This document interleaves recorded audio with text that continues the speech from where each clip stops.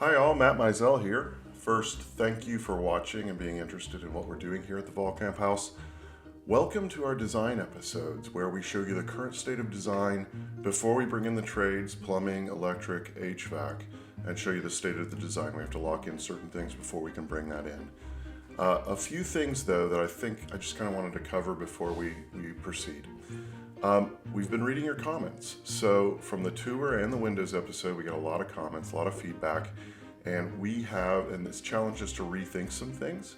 We're going to cover some things in the 3D model with kitchen that have changed after we read your feedback. So I'll cover that in a minute. Two, I wanted to say this is a very iterative process. So what you see now will most likely change a bit before we lock in everything, because as we apply it in real life, we find that sometimes our plans don't actually work. So you'll see lots of changes probably, and we'll release mini design episodes hopefully when we make those changes to update you as we progress.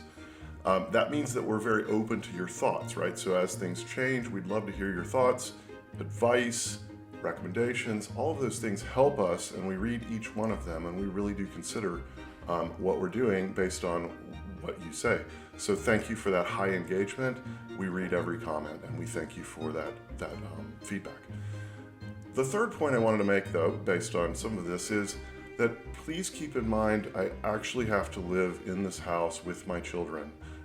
So we are not really, and we say this all of the time, you'll hear this again, we are not building a museum. We will do the occasional tour, that's our plan, but we aren't building something specifically for museum reasons. We're building something for children to grow up in and us to live comfortably. So essentially, we've come up with a design rationale that I'm calling historical futurism.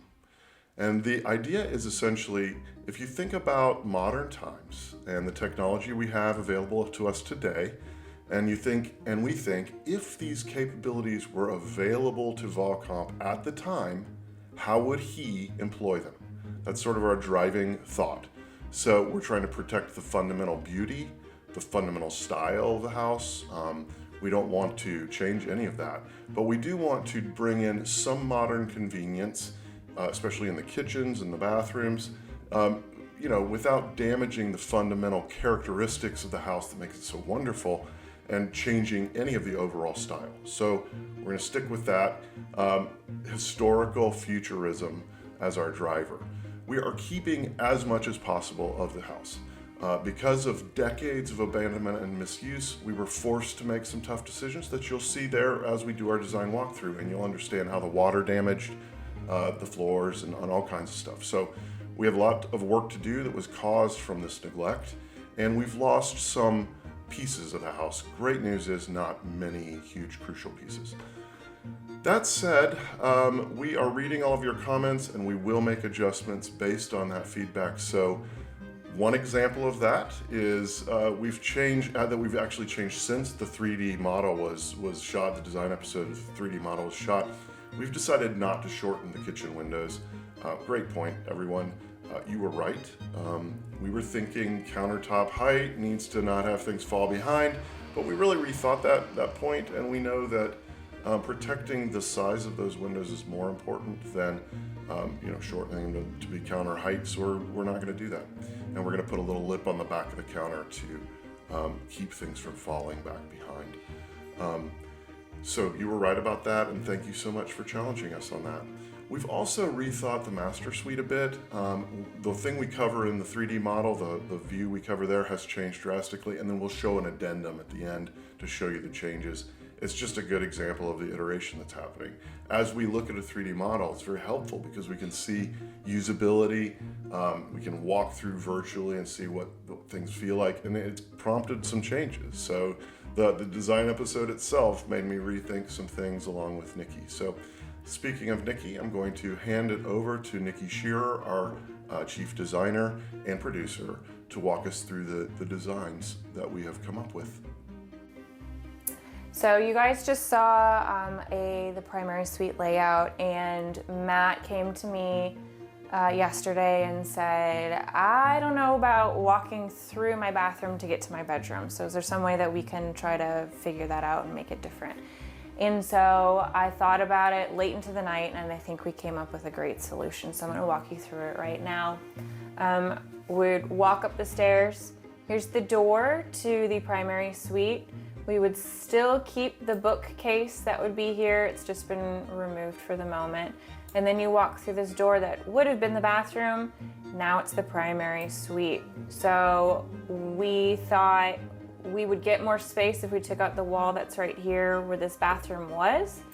Get more space, use this bump out here and reuse an old fireplace surround that was left in the house. He's got access to the Juliet balcony, all of these beautiful windows. And then he would have a door to the bathroom now and to the closet. So here's just a little peek into the closet. Still have the laundry tucked in back here. Would have to work with the closet layout on hanging versus shelved storage, but that's easy enough. So then now we go into the bathroom. So we have this beautiful vanity, double bowl, pretty mirrors. You've got a nice, gorgeous tub, that soaking tub, and underneath this window I think is going to be a beautiful picture. Then you have the toilet room, and then right here is an enclosed shower. So instead of making such a large shower and making it all glass, decided to do just a small enclosed shower. We want to do an arched ceiling in here with maybe some subway tile that goes around. I think that would be gorgeous. And then tucked around the corner here, you've got the door to the back patio, putting in a nice linen cupboard or maybe a coffee station or something like that. But I think this design now gives Matt more usable space. The flow is better, and I think it's just going to be more comfortable overall, and it's sticking closer to the way the original house I think was set up. So thank you guys so much for all of your comments. This concludes the addendums, hopefully, to the design episode part 2. I can't wait to see more of your comments and suggestions, and I will see you next time.